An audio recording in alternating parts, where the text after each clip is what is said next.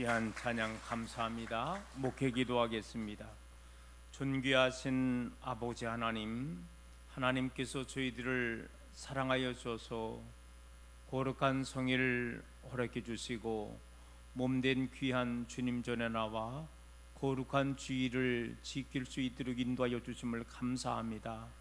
특별히 몸된 스랑교회를 사랑하여 주셔서 창립 90주년 감사 예배를 드릴 수 있도록 하나님 은총 허락하여 주심을 감사합니다.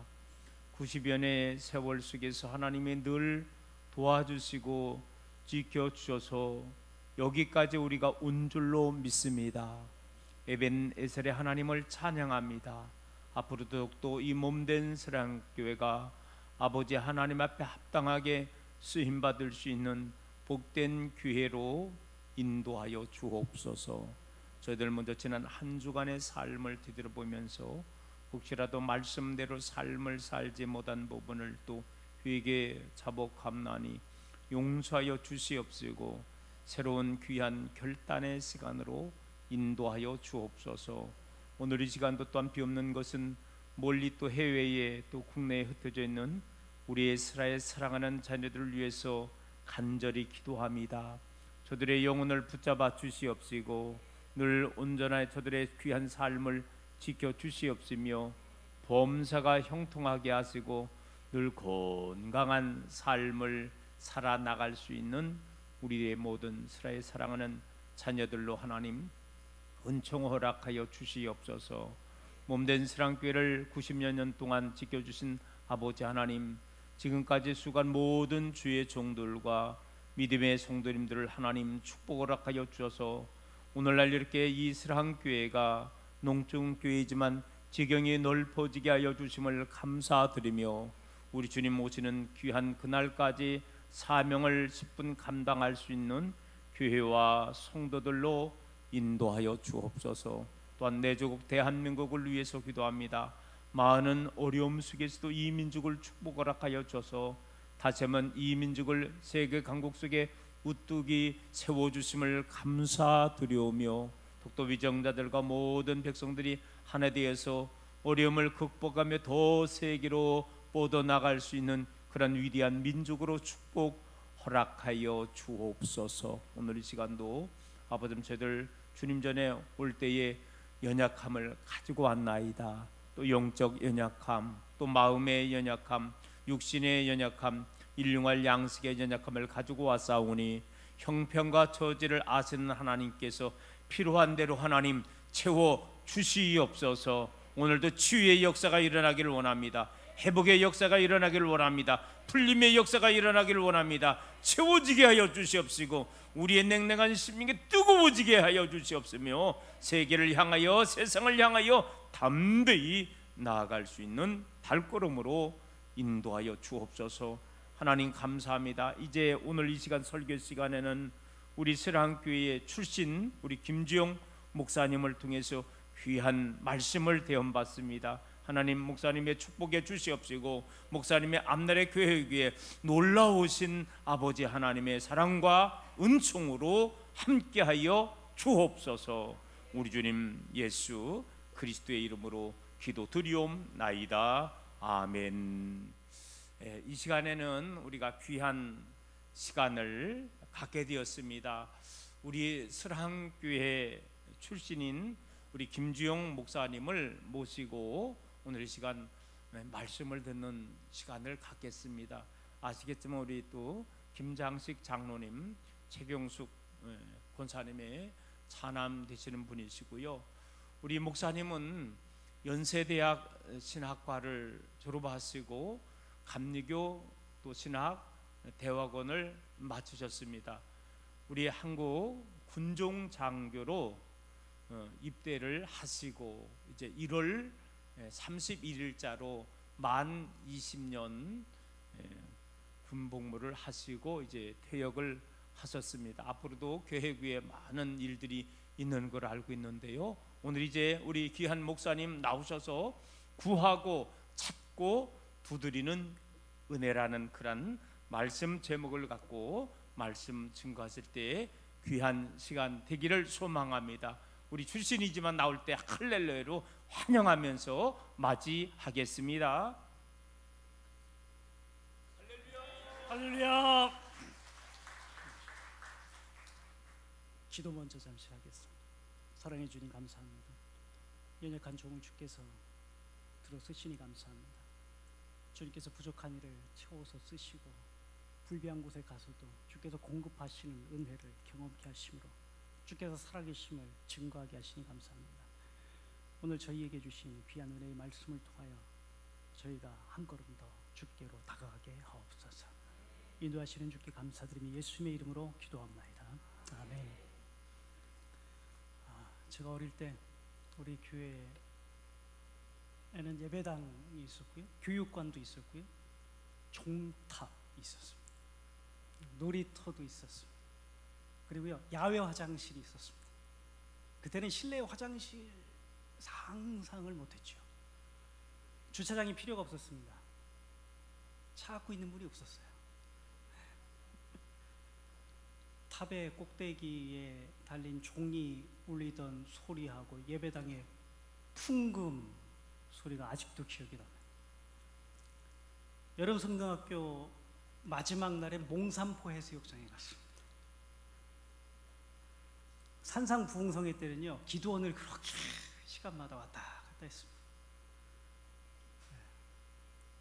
그런 재미가 있었습니다. 성탄 전야 행사 때 율동했습니다. 찬양도 하고 새벽송 하느라고 밤새 집사님, 권사님, 꽁무니 따라다녔습니다. 사실 어디 가는지도 몰라요. 하지만 따라다녔습니다. 조금 자라가지고 중학생 막 이렇게 되니까요, 학교 마치고 집에 오는 길에 친구들과 교회 와서 놀았습니다. 뭐 어디 달리 갈 데도 없고 와서 논다고 뭐라고 하시는 분들이 안 계셨어요. 그때 놀게 해주셔서 감사합니다. 그때 놀다가 교회 계속 다니는 거예요. 생각할 때마다 너무 즐거운 거예요. 감사한 거예요. 예전 예배당 기억하십니까? 겨울이면 바람이 그냥 황소방이 숭숭 나오는 그 마룻바닥에서 새벽 기도를 했습니다. 영하 10도 눈길여도 집사님, 권사님, 장로님, 학생들이 나와서 열심히 기도했습니다. 간절히 기도했습니다. 또 우리 주님 성탄의 소식, 태어나셨다는 소식을 제일 먼저 알려드려야 되잖아요. 밤에 새벽송 하는데 그거 고생한다고 생각 안 했습니다. 빨리 가서 알려드려야 되겠다. 예수님 탄생하셨어요. 이걸 알려야 한다고 생각했습니다. 그때는요, 야성과 근성이 있었습니다. 신앙생활에만 야성과 근성이 있었던 게 아니고 생활 전반적으로다가 이 야성과 근성이 있었습니다. 다시 말하면 구하기도 열심히 구하고 찾기도 겁나게 찾고 문도 그냥 부서지도록 두드렸습니다. 이런 신앙의 추억을 가진 것은 저한테 굉장히 커다란 은혜입니다. 그 신앙의 재산입니다. 저는 군성교 사역을 20년을 했습니다. 객지 생활을 하면서도 평생 갚아도 다 갚지 못할 만큼의 사랑을 받았습니다. 제가 인관을 할 때 목사님께서 오셔가지고 축하해 주셨습니다. 강원도 화천으로 근무를 갔는데 오셔서 기도해 주셨습니다. 그로부터 20년이 지났습니다. 제가 어릴 때 유치부, 유년부, 초등부, 또 중고등부 할 때 가르쳐 주셨던 여러 장로님들, 원로 장로님들이시죠. 보시기에는 제가 언제 저렇게 커서 그런 일을 했냐, 세월 참 빠르다, 그렇게 생각하실 것 같습니다. 저 역시도 우리 교회가 벌써 90년이 되었다고 하니까 세월 빠른 것 같습니다. 그런데 세월이 빠르게 흘러가는 동안에도 변함없는 것들이 있어서 참 감사합니다. 우리 교회가 변함없이 주님의 복음을 전파하고 또 변함없이 하나님께서 우리 교회를 통해서 영광을 받으신다는 점입니다. 오늘 보니까요, 우리 교회는 여전히 기도의 터이고 구원의 방주이고 말씀과 은혜가 충만하고 포근하고 예쁩니다. 그리고 더 아름다워졌습니다. 저는 감사하게도 안식년을 얻어서 다음 사역을 준비하고 있습니다. 우리 주님께서 구하라 그리하면 너희에게 주실 것이요 찾으라 그리하면 찾아낼 것이요 문을 두드리라 그리하면 너희에게 열릴 것이니 라고 말씀해 주셨기 때문에 믿음으로 구하고 찾고 문을 두드리고 있습니다. 오늘 사실 준비하고 있는 사역에 대한 말씀을 좀 드리게 될 것 같습니다. 군성기 20년 했다면서 군생활 얘기 왜 안 하냐? 이게 지난 얘기라서요. 앞에 얘기도 꽤 중요합니다. 앞에 얘기도 중요합니다. 여기서 구하는 것은요, 참 신앙적인 행동입니다. 우리는 간절하게 믿음으로 구하고 밤낮으로 구하고 시간을 정해서 구하고 받은 줄로 믿고 감사하면서 구합니다. 하지만 찾고 문을 두드리는 것에는 어떤가요?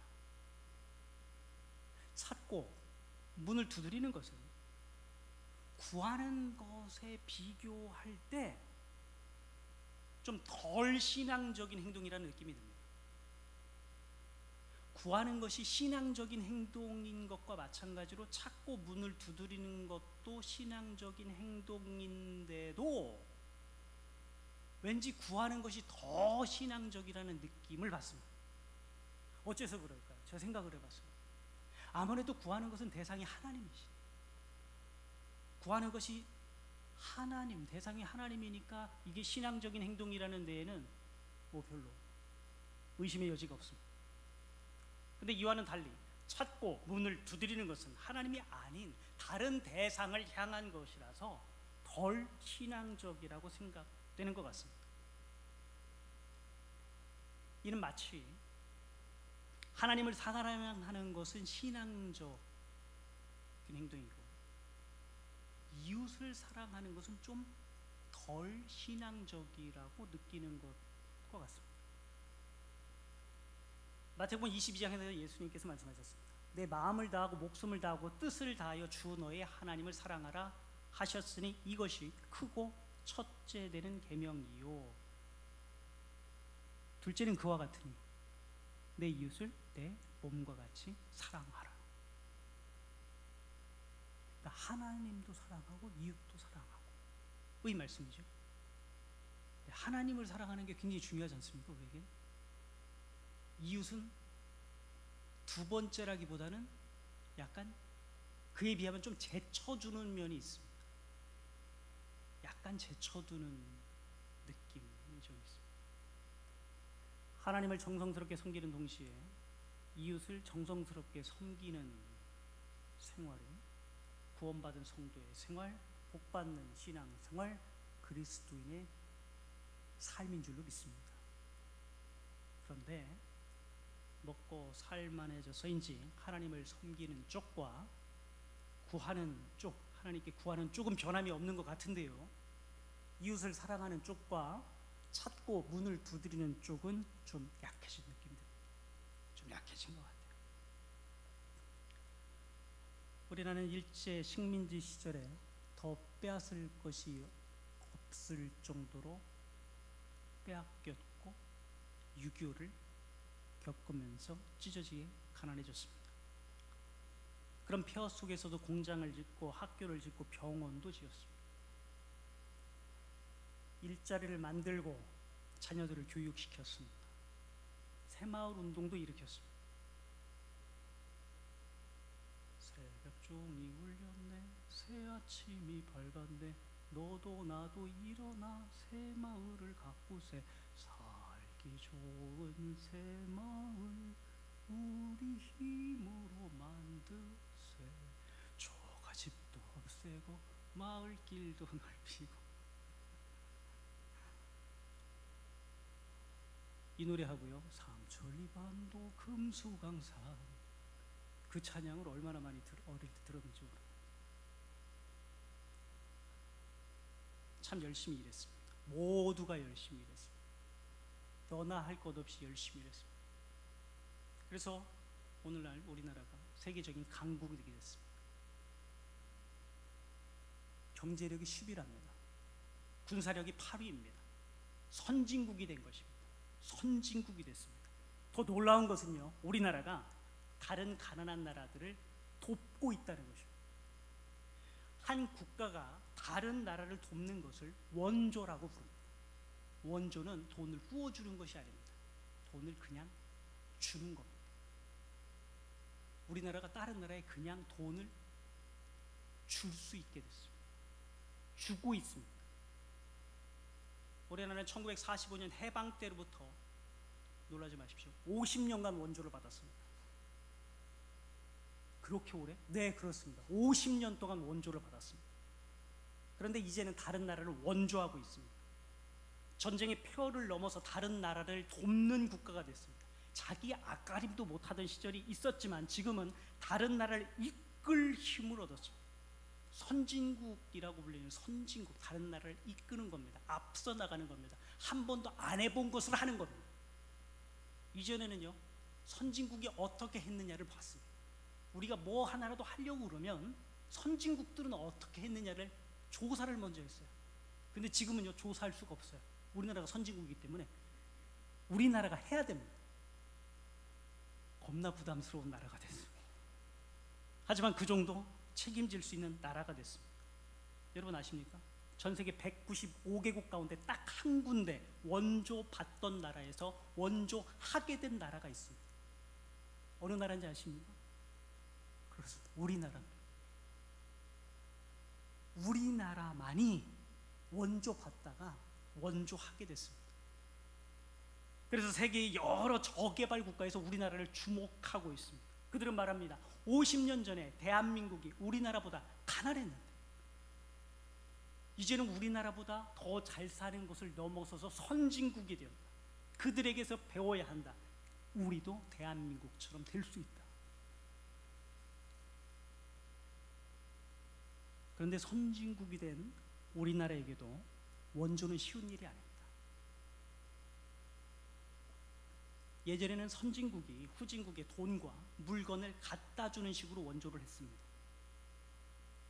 그랬더니 어떤 일이 생겼느냐면요, 나라의 병원과 학교와 공장을 지으라고 보낸 돈과 물건을 위에 있는 사람들이 다 잘라먹고 결국 가난한 사람한테 돌아오는 게 없는 겁니다.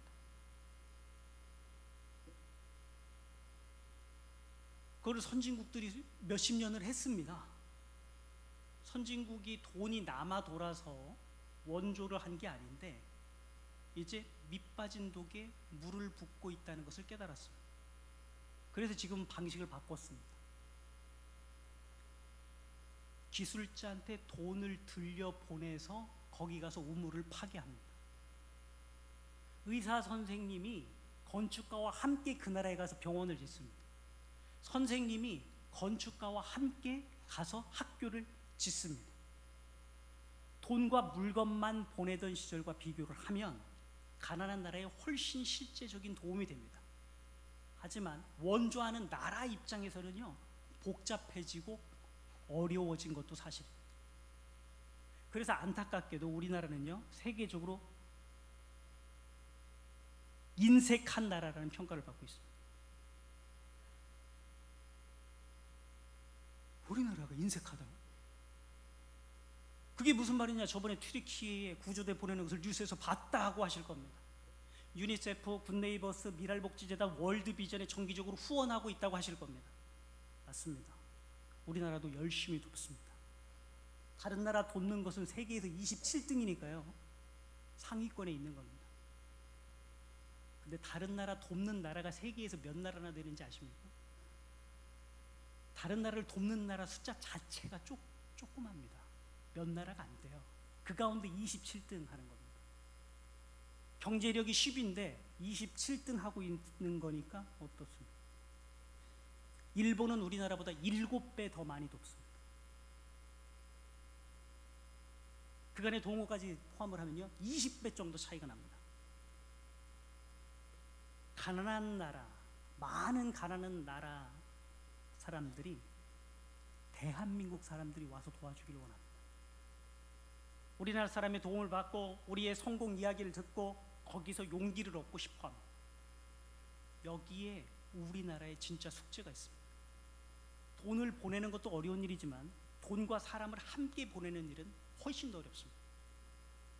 우리나라는 세계적으로 인정받는 부유한 나라입니다. 그리고 다른 가난한 나라를 도울 마음도 있습니다. 하지만 그 나라에 가겠다는 사람이 부족하다는 숙제를 풀어야 합니다. 돈과 사람을 함께 보내는 게 얼마나 어려운 일인지를 한번 생각해 볼까요?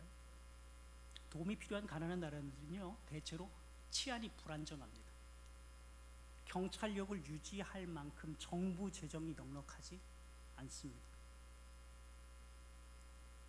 보건위생 그리고 의료도 문제입니다. 질병에 걸릴 수 있죠. 전염병에 걸릴 수 있죠. 사고를 당할 수도 있죠. 근데 치료받기가 어렵습니다. 의약품을 갖고는 있는데 그 나라에 냉장고가 흔하지 않고 전기가 안 들어가는 동네가 많다 보니까 가진 의약품이 우리나라 동네 약국만큼이 안 됩니다. 24시간 편의점이나 PC방은 꿈도 꿀 수 없고요. 식료품을 사기도 어렵고 포장된 도로는 수도에나 있고요. 수도, 우리나라 서울 같은데 거기만 포장된 도로가 있고요. 와이파이는 어디서도 안 터집니다. 음식을 사 먹는 것, 식료품을 구매하는 것 어렵습니다. 언어 다르고 기후가 다른 건 당연하지요. 불편하겠지요. 네. 그러니까 곱게 자란 사람들은 이쪽 일에 관심을 두지 않습니다. 부모들도 자식들이 그런 나라에 가서 봉급도 몇 푼 못 받으면서 고생하길 바라지 않습니다. 결국 부모 이기는 몇 안 되는 불효자식들만이 이쪽 일을 합니다. 일본에 700명의 불효자식이 있다면 우리나라에는 불효자식 100명이 있는 겁니다. 그런 측면에서 보자면 아마도 1800년대 말에 우리나라에 복음을 전하러 오셨던 선교사님들도 다 부모 이기고 오신 불효자식이 아닐까 생각해 봤는데요. 아닐 겁니다. 아마 그분들은 부모님들이 가라, 그래 가서 네 생명을 주님께 드려라, 그러게 오셨을 겁니다. 이쯤 되면 우리 먹고 살기도 빠듯한데 왜 남을 돕느냐는 생각이 드실 겁니다. 배고플 때 원조 받았으니까 먹고 살만하면 원조하는 게 국제사회의 순리입니다. 이런 순리는 뒤로 하더라도 우리는 내게 구하는 자에게 주며 내게 꾸고자 하는 자에게 거절하지 말라는 주님의 말씀을 따를 필요가 있습니다. 자국민을 향한 도움뿐만 아니라 이방인을 돕는 것도 생각해 봐야 됩니다. 창세기 18장에서 자식이 없던 아브라함은 나그네들을 집으로 초청하고 그들을 극진히 대접했습니다. 아브라함은 그들이 하나님을 믿는지 어느 나라 사람인지를 보지 않았습니다. 사람들로부터 받을 감사와 칭찬을 보지 않았습니다. 아브라함은 그들의 피곤하고 지치고 배고픈 상황을 보았습니다. 그들의 자격이 아니라 그들의 필요를 보았습니다. 그들의 필요를 보았습니다. 그들에게 도움이 필요하다는 그것을 보았습니다. 아브라함에게 대접을 풍성하게 받은 나그네들이 이렇게 이야기했습니다. 네가 내년에 아들을 낳을 것이라. 할렐루야. 히브리서 13장 2절은 같은 사건을 이렇게 말씀합니다. 손님 대접하기를 잊지 말라. 이로써 부지 중에 천사들을 대접한 이들이 있었느니라. 이것이 교회가 나아갈 복음과 선교의 미래입니다. 우리도 이런 은혜를 구하고 이런 은혜를 찾고 이런 은혜의 문을 두드려야 할 줄로 믿습니다.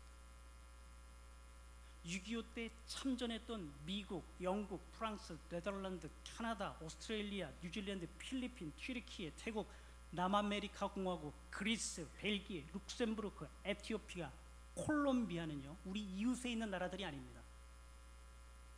저는 이 나라들 가운데 일부는요 어디 붙어 있는지도 모릅니다. 73년 전에 그들도 우리나라가 어디 있는지 몰랐습니다. 그들은 우리나라가 어디 있는지 몰랐지만 상관하지 않았습니다. 어려움을 겪고 있다는 것만 알면 됐기 때문입니다. 도움이 필요하다는 사실이 중요했기 때문입니다. 아프리카 대륙에 있는 니제르라는 나라가 있습니다. 70년간 식민지였다가 1960년도에 독립했습니다. 종교와 언어가 다른 10여 개의 민족이 함께 살고 있습니다. 이 나라에서 공무원을 하려면요 최소한 3개 언어를 할 줄 알아야 됩니다. 프랑스 식민지였기 때문에 프랑스어를 기본으로 해야 되고요. 최소한 2개 부족의 언어를 할 수 있어야 됩니다. 공무원 되기도 힘들고요. 돼도 복잡합니다. 행정이 쉽지 않습니다. 우리는 언어가 하나이지요. 언어가 잘 통하지요. 영어 정도 학교에서 추가적으로 배우면 되지요. 그 나라는 그거 갖고 안 됩니다. 공부하려면 더 배워야 됩니다. 게다가 바다가 없는 내륙국입니다. 바다가 없어서 어떡해. 아름다운 바다, 몽산포 해수욕장이 없다고? 여러분, 그 정도의 문제가 아닙니다. 뭘 수입을 하려면 싸게 들여올 수가 없습니다. 다른 나라를 거쳐서 그 나라에 돈을 주고서 들여와야 됩니다. 우리나라가 잘 살겠는 거 수출 열심히 했지 않습니까? 싸게 팔 수 있었지 않습니까? 그 나라는 뭘 만들어도 싸게 팔 수가 없습니다. 다른 나라를 거쳐서 돈 다 주고서 내다 팔아야 됩니다. 수입도 어렵고 수출도 어렵습니다. 뭘 해도 어렵습니다. 3분의 2가 그리고 사막입니다. 우리나라는 3분의 2가 숲이지 않습니까? 산이지 않습니까? 초록색 아닙니까? 거긴 사막입니다. 낮에도 밤에도 기온이 30도까지 올라가요. 이런 나라는요, 그 나라 사람들 가운데 가장 부지런한 사람이라 할지라도 땔감 모으고 물 길어오고 채소 기르는 정도에 불과합니다. 그것도 말라리아에 안 걸려야 그게 가능합니다. 이런 나라는 혼자 힘으로 먹고 살만하게 되기 굉장히 어렵습니다. 그럼 그냥 내버려 둘까요? 우리나라가 6.25를 겪었을 때 이 나라들보다 가난했습니다. 그래서 우리나라가 먹고 살만해지려면 최소한 100년은 걸린다고 봤습니다. 하지만 우리나라는 애들을 싹 다 학교로 보내서 공부시키고 새마을운동 일으키고 밤낮없이 열심히 일해서 한강의 기적을 일으키고야 말았습니다. 이 과정에 외국의 원조가 있었습니다. 외국 사람들이 돈을 내서 병원을 지었습니다. 학교도 지어줬습니다. 도로도 깔아줬습니다. 장축체육관 필리핀에서 지어줬습니다. 항구도 만들어줬습니다. 우리가 그거 하려면 돈이 있어야 되는데 우리는 돈은 없고 노동력이 있었습니다. 노동력을 노동력으로 쓰고 다른 것들은 외국에서 도와주었습니다. 우리나라가 가난하고 못 먹고 어려울 때 불쌍한 사람들이 굶어 죽지 않게 도와야 한다는 사람들이 있었고, 또 그렇게 발버둥 치면서 살아가려고 하는데 뭘 좀 보태줘야 하지 않겠느냐는 사람들이 있었습니다. 우리가 가서 그들이 가난을 면하도록 도우리라 각오한 세계의 젊은이들이 있었습니다. 그들 자신이 우리나라에 왔을 뿐만 아니라 돌아가서는 자기 자식들을 보냈습니다. 우리나라 가난한 나라, 먹고 살기 힘든 나라, 치안이 불안정한 나라, 음식, 기후, 문화 다 다르고 형편 굉장히 어려운 나라에 자식들을 보냈습니다. 우리나라에는 한국국제협력단 코이카가 있습니다. 여기에 해외 봉사단이 있는데요, 지금 1,400명 정도가 세계 여러 나라에서 봉사하고 있습니다. 한 40여 국에 나가서 돕고 있습니다. 코이카를 통해서 대학생들이 5, 6개월 해외 봉사를 할 수 있습니다. 1년도 할 수 있고 2년도 할 수 있습니다. 이 밖에도 굿네이버스, 미랄복지재단, 월드비전 같은 수십여 개의 NGO 단체들이 활동 중입니다. 혹시 이 자리에서 새로운 복음 전파의 길을 여는 보람을 얻고 싶은 분이 계시다면, 사람의 목숨을 건지고 살리는 그를 통해서 그것의 열매인 희망을, 주님의 사랑을 보여주고 싶으신 분이 계시다면, 구할뿐만 아니라 찾고 문을 두드릴 만큼의 신앙의 야성을 가지신 분이 계시다면, 자녀들이 가나안 나라에 가서 그들을 돕겠다고 결단할 때 이것을 허락해 주시길 바랍니다. 기도해 주시고 응원해 주시고 그 꿈을 키워 주시길 바랍니다. 가난한 사람을 돕는 것이 당연하다는 가풍을 만들어 주시길 바랍니다. 잠언 19장 말씀했습니다. 가난한 자를 불쌍히 여기는 것은 여호와께 꾸어드리는 것이니 그의 선행을 그에게 갚아주시리라. 직접 나가시라는 말씀이 아닙니다. 자녀들을 보내주십시오. 자녀들에게 용기를 주십시오. 사랑하는 여러분, 지금은 구할 뿐만 아니라 찾고 문을 두드릴 때입니다. 구하고 찾고 문을 두드리는 것, 구하고 찾고 문을 두드리는 것은 한 세트입니다. 구하고 있으십니까? 주님께서 기도의 손과 간구에, 눈물에 응답해 주실 줄로 믿습니다. 그리고 이제 찾고 문을 두드립시다. 주님께서 찾는 것을 만나게 하시는 은혜, 문이 활짝 열리는 은혜와 더불어서 들어와도 복을 주시고 나가도 복을 주실 줄로 믿습니다.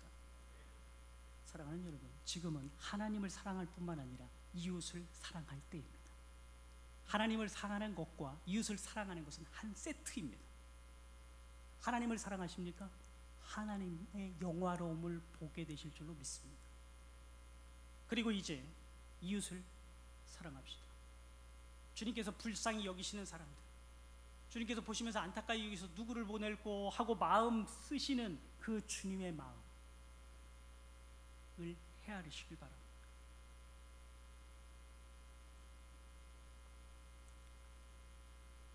저는 이 일을 준비하고 있습니다.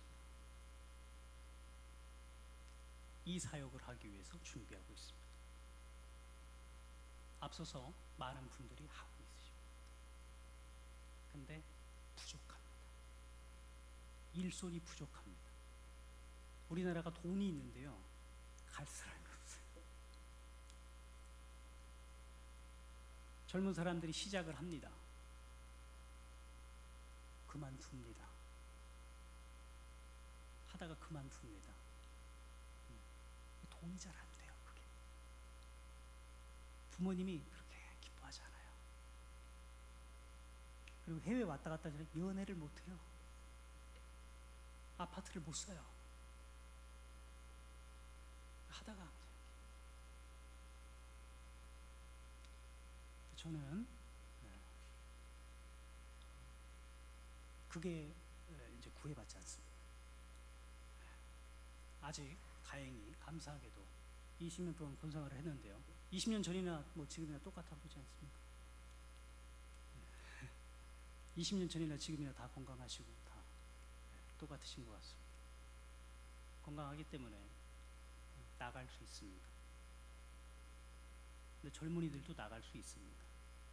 부모님들이 조금 거들어 주시면, 기도해 주시면, 응원해 주시면 나갈 수 있습니다.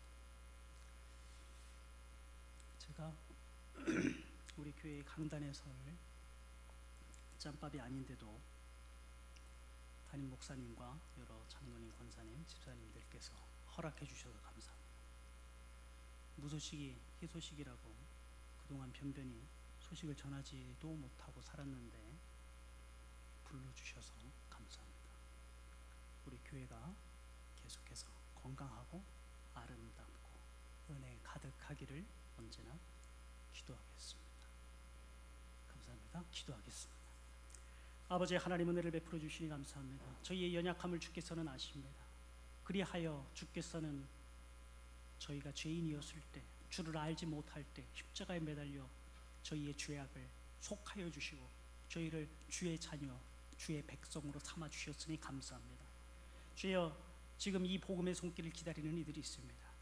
주님께서 누구를 보낼고 하실 때, 주여 제가 가겠습니다, 저희 자녀를 보내주십시오, 저희가 돕겠습니다 라고 응답하도록 인도하여 주옵소서. 아버지 하나님, 아버지 하나님, 살아가는 교회를 90주년 동안 지켜주시고 보호하여 주시고 풍성한 은혜를 베풀어 주셔서 감사합니다. 많은 돕는 일꾼들, 희생하는 일꾼들, 발판으로 삼으신 주의 귀한 일꾼들이 있었음을 기억하며 감사합니다. 주여, 주님께서 이루신 역사이오니 주께서 풍성히 거두시고 더 풍성히 뿌리시고 더 풍성하게 베풀어 주옵소서. 주님께서 인도하시고 역사하심에 감사하며 예수 그리스도 이름으로 간절히 감사하며 기도하옵나이다. 아멘.